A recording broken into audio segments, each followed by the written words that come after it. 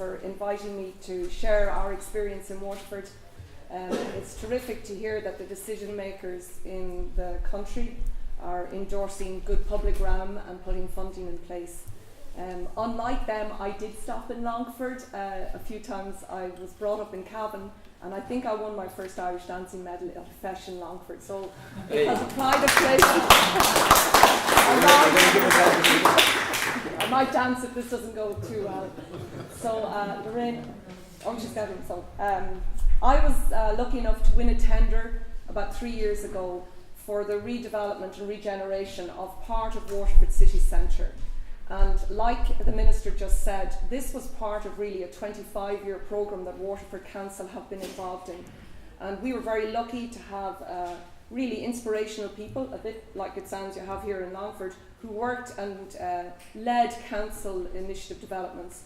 Our county manager, Michael Walsh, and the person I worked most closely with, a colleague, Rupert Maddock, who is also an architect, really was one of the first people, I think, in Ireland to get heavily involved in regeneration about 25 years ago. And it's interesting that he is now part of future developments in the city. He's no longer in architecture and planning, he's in future developments, future economic developments in the city. So I suppose that's my little 2 words for promoting architects in councils and helping with regeneration. So there's something wrong here technically, but I'll keep talking.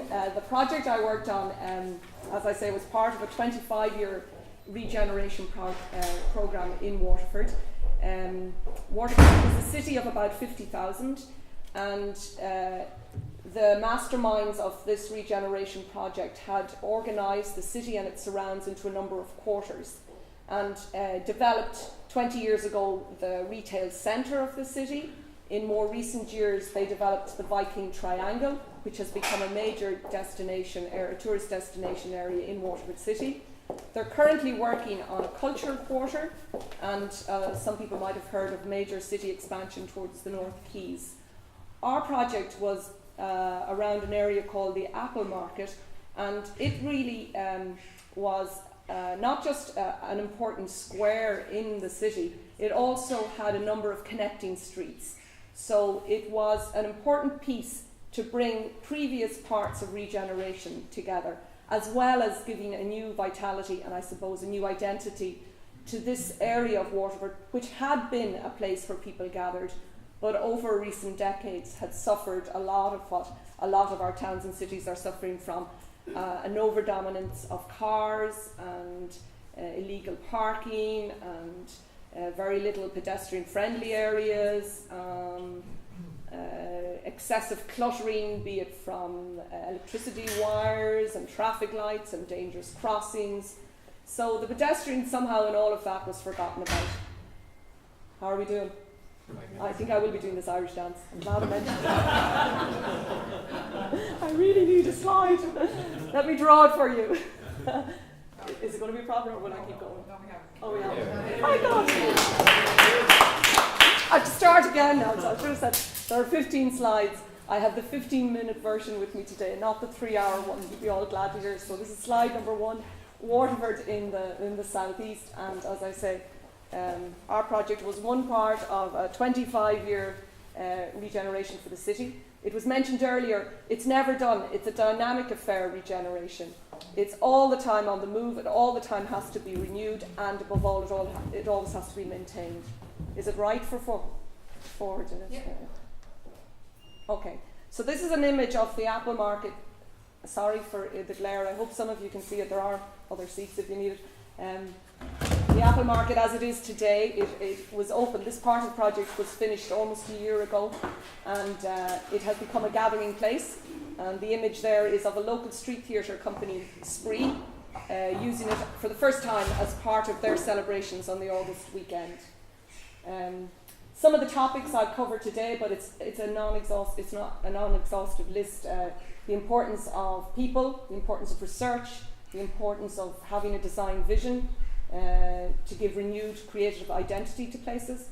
But I could go on forever about the importance of obviously funding, of people to maintain it, and above all of citizen ownership, because it has been mentioned earlier, obviously we want to increase footfall into our towns and cities, but it has been proven over and over again that if we don't do regeneration, that helps the people who live and work in the town, it will be non-sustainable. So number one priority is for the people of the place themselves. So these two images are actually borrowed from Waterford Council, and they show the idea of the 25-year, I suppose, development of the city into different areas. I've mentioned the tourism heritage node, the Viking Triangle, the central retail core developed in the 1990s, the cultural node, which has currently been spoken about, and the North Quays development, which has currently been spoken about. Our remit was the evening and nighttime node, and also to link that node to the existing, to connect that area to the other parts of the city. So the diagram on the right-hand side, that arrow represents the retail spine of the city, and our project was on the kind of the southern end of that spine. So it had to act as a portal into the retail spine of the city during the day. At night time, it is surrounded by a lot of the pubs and restaurants in the area. So this space that we created had to somehow celebrate in a safe way a nighttime culture. So part of the brief was not only to do up the public realm with new paving and new lighting and better services, we also had to look at the design of an outdoor covered area in the Aqua Market that would allow for a multitude of usages.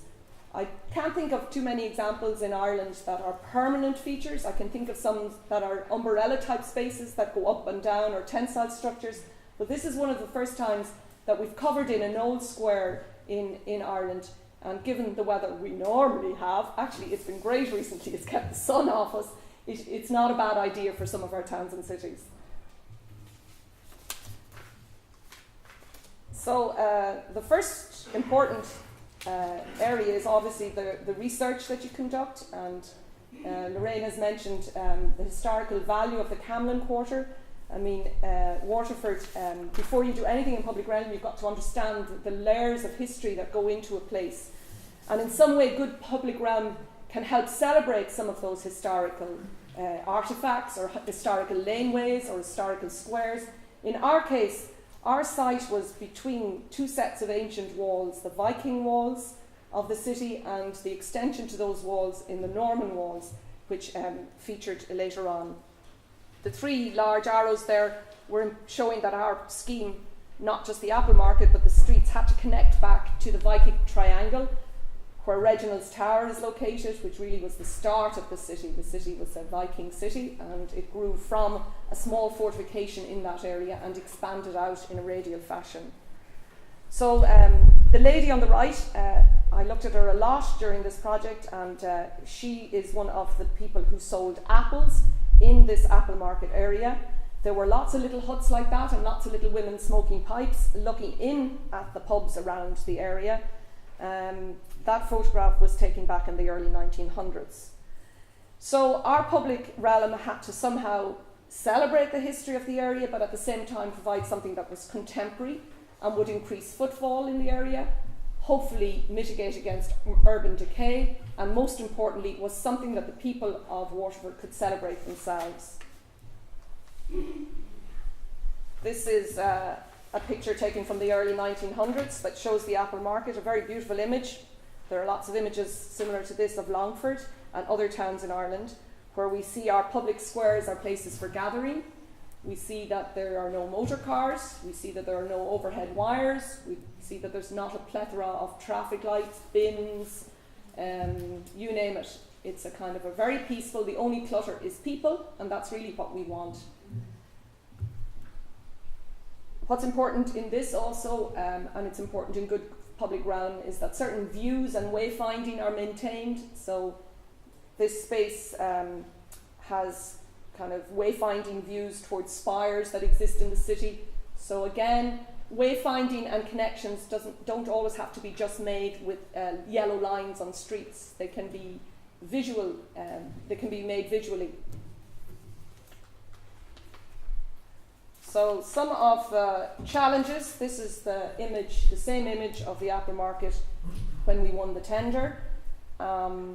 It's still a very beautifully proportioned triangle. It's not a square, actually. Most of the squares in Waterford are triangles.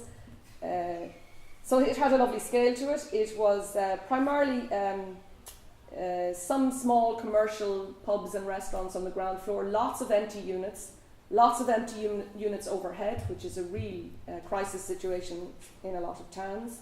Some small areas of residential pockets that you can see going down in the back of that photograph. But the space is predominantly, this was taken early in the morning, so if it had been taken the photo later in the afternoon, you would see an awful lot more cars, taxi rank, double yellow crossing lines, very unsafe pedestrian crossings, signage, bins, people illegally parked. The few premises that were working well, they tended to extend to the back. They didn't open out onto the square, so there were no seats or tables addressing this lovely little space.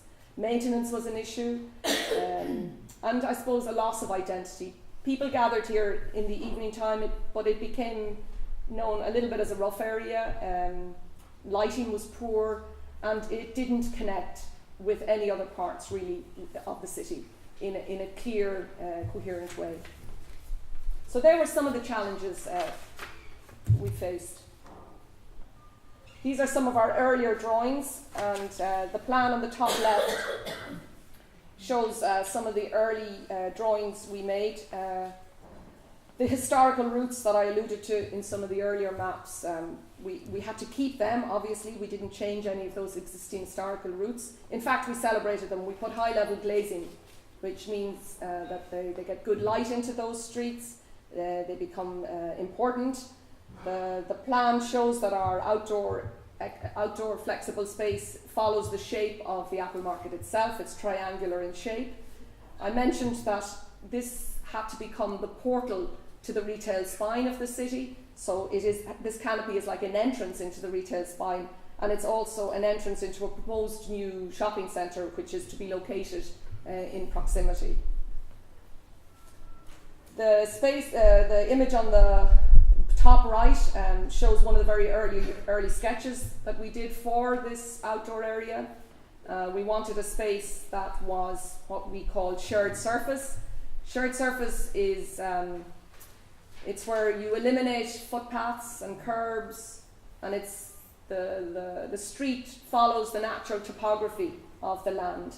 And by doing that, you are allowing pedestrians to take more ownership of this space. It's also, well, the debate is out whether it's good or not good for universal access. Obviously, for universal access, the fact that there are no curbs is a good thing, because people who are wheelchair users or visually impaired people don't have any curbs or steps to navigate. But there's also an argument that guide dogs apparently prefer a curb. They're trained to recognise a curb. So in some situations it is appropriate to use shared surface, but the debate is still ongoing. In this case, it has worked out quite well. We still had to have traffic to navigate its way through this. So the design of our public realm and our canopy had to facilitate bus routes going through it during the day, as well as articulated trucks to service the new shopping centre. We worked with a traffic management plan, and at the time it would have been just inconceivable to have stopped traffic going through this space, because people needed deliveries, people needed to get to the shopping centres. It was a bus route, and the change would have been too great. But what's interesting now is that the users of this area are asking for cars to be eliminated. When we say that there are no cars, it's never no cars. There's always delivery, there's always cars up until maybe 11 o'clock in the morning. So it's interesting that the people have embraced this space and are now calling for the eradication or the reduction of cars and vehicles in the space. The bottom right-hand corner is one of the first 3D images we did. I'll mention the importance of people in a later slide, but we held a number of workshops and meetings with the local communities down in the area. We deliberately went downtown, we deliberately went upstairs in the local pubs to get as many people as we could from the area to be part of the workshops that we were conducting. Rupert Maddock, the architect behind a lot of the regeneration strategic visions for Waterford, he's in that, and that's why I put in that slide, because I really feel he's somebody who needs recognition for the great work he's done in regeneration in Waterford and beyond. I'd also say that another important thing when you're considering public realm is quality materials. In Waterford, we developed a palette of materials that has been used now on all new public realm projects. So there's a kind of a continuity. If you can imagine a house full of very expensive carpets, but they're all different and they clash in colour, it's not good. But this city has used a number of quality materials, including Kilkenny Carlow limestone and a very good granite from Portugal. So it's the same materials used in slightly different ways throughout the city, and it's calming and it helps with connectivity. So I would urge you to consider quality materials from the beginning. Safety is also an issue as well in public realm, but good public realm has been shown to flush out a lot of antisocial behaviour, because if you have good spaces, people will congregate in those spaces, and if you have permeability and connectivity with good public realm, you don't create cul-de-sacs, which can sometimes become dark and worrying corners of our cities.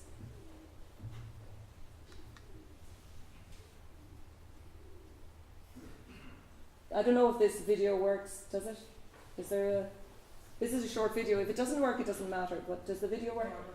Okay, this would have been a video showing you a kind of a walkthrough that we did for all the stakeholders, showing the progression through the city, through this new space. It's also set to a lovely piece by Talking Heads, so sorry, you'll have to come again when it's working. No worries. So the material, just to say something about materials as well, this is not the Aqua Market, just in case you think it is. We had to find materials for this outdoor canopy that we could afford and that were a little bit special. I had been on a trip to Chicago in 2013, and I was really taken by this fantastic sculpture piece by Anish Kapoor in a new park in Chicago. And really its beauty is not just its form, but the fact that it's reflective. So we borrowed that idea of reflection. I'm not the first person to have used reflective materials. Lots of architects have used reflective materials. But we're in an age of selfies, and people are just attracted by reflections and taking photos. So we used on this canopy, we have the underside of it is completely reflective, and that has really just been a very engaging process with people. Kids come, they have competitions for taking selfies. It creates interesting illusions. It was a material that we developed locally with Maidite, who have a factory in Clonmel, and Maidite is normally a board that's used for most of our kitchens, and you can veneer it or paint it. In our case, we just put a reflective foil on it. So it's nice to think that it was a local material that we used. This particular project was a very expensive polished stainless steel, which would have just, meant we would have done nothing else on our project apart from probably a few panels. So sometimes you've got to do a little bit of research and detective work, and with local companies you can come up with creative solutions. Good public realm also involves a lot of disruption, and so it's critical to have good communication at all times. We were very lucky with our main contractor had a great liaison person, so every day he went around all the people in the area, gave them updates, newsletters. This particular piece was being installed in a piece of the city that had to keep functioning 24 hours a day, with entrance to all those commercial properties. So we asked that there be no hoarding. So there was a transparent hoarding around it. So it became a little bit like monkeys in the zoo. People were really interested in seeing this project develop, which as architects, it's something that we were really proud of. And I know I worked for many years in France on a lot of large projects there, and on weekends, going to see public projects was something that people did with their families and their kids. And there would be display boards and interactive boards. So people are interested, so it's really good to keep people informed of what we're doing in our towns and cities. So I'm not saying it was all good. I got lots of old fellas coming up to me and saying, what are you at, and all the rest. But I think overall it was a positive experience. We set up a Facebook, we used social media also to communicate the changes that we were making. And when we were putting in the first column to support this new canopy, it got 33,000 views within 4 days. And some of those were from people who lived abroad but were interested in what was happening in Waterford. So communication and selling the message and keeping people involved in the process is very, very important. And I can't overemphasize, it's been mentioned already, that these are places for people. So the images here show on the left, for the last 20 years we've run a festival of architecture in Waterford, and I've been heavily involved in that. And we use it usually as a moment to try and capture ideas, a little bit like you're doing today with the post-its. And I suppose with this project, after winning it, we went another step and went deeper into the community and engaged with people at many levels. We interviewed them, we had workshops with them, we worked with the councillors, we worked with the council team. And then on the top right, this was my own design team, made up of terrific engineers, quantity surveyors, people who helped us with lighting, people who helped us with traffic management, you name it. It was very, very much a team effort. The bottom right was one of the panels that we produced about 4 metres by 4 metres, and we had them dotted around the city. And again, we wanted even children on the street to understand what public realm was about and what we were doing in the city. So we tried to make it very simple, the fact that we were spending a lot of money on new trees and new paving, and we calculated the amount of steel and sculptures and all the rest that we were doing in the city. Again, it was an effort. I'm not saying it was totally successful. With the next projects, I'll probably do it slightly differently. But it was a way of trying to harness interest amongst the community and all stakeholders.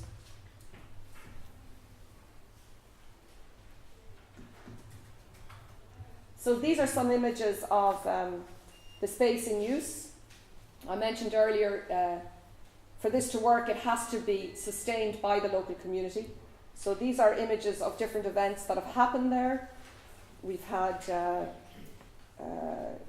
Viking festivals, and we've had hurling matches, large screens, and pop concerts, and children's festivals. But one of my own favourite images is just the top right, which was taken from the cherry picker when the project was nearly finished, and it was early enough in the morning, and Waterford is just waking up to the 12-month-long sunshine that we get down there. And you can see people are just wandering through on their way to work, and you've got this kind of very calm space, and that reflective ceiling, really it's just reflecting a moment in the life of Waterford, whether it's a large concert like the left-hand photo or whether it's a quiet morning. People are coming through quietly. They're all actors on the stage of this city, I suppose the best way to describe it. You're missing another little short video, but oh no, you're not missing a short video. Christmas, for one of the first times, the local businesses actually took over Christmas lighting and decorated the space themselves. We had done, which was a good idea actually when you're doing public realm, to think of extensions of the public realm. We had done some plans for what it could look like at Christmas or different types of events that might happen in the place. So it is good that you allow for flexibility. Although it's one big open space, we've got pop-up electrical points, pop-up water points. They're all hidden in the ground, but it allows for a multitude of things to happen without it dominating the space. So a bit too much lighting for my life, but anyway. And I think what's interesting in this space, now all the pubs and the restaurants have seats outside.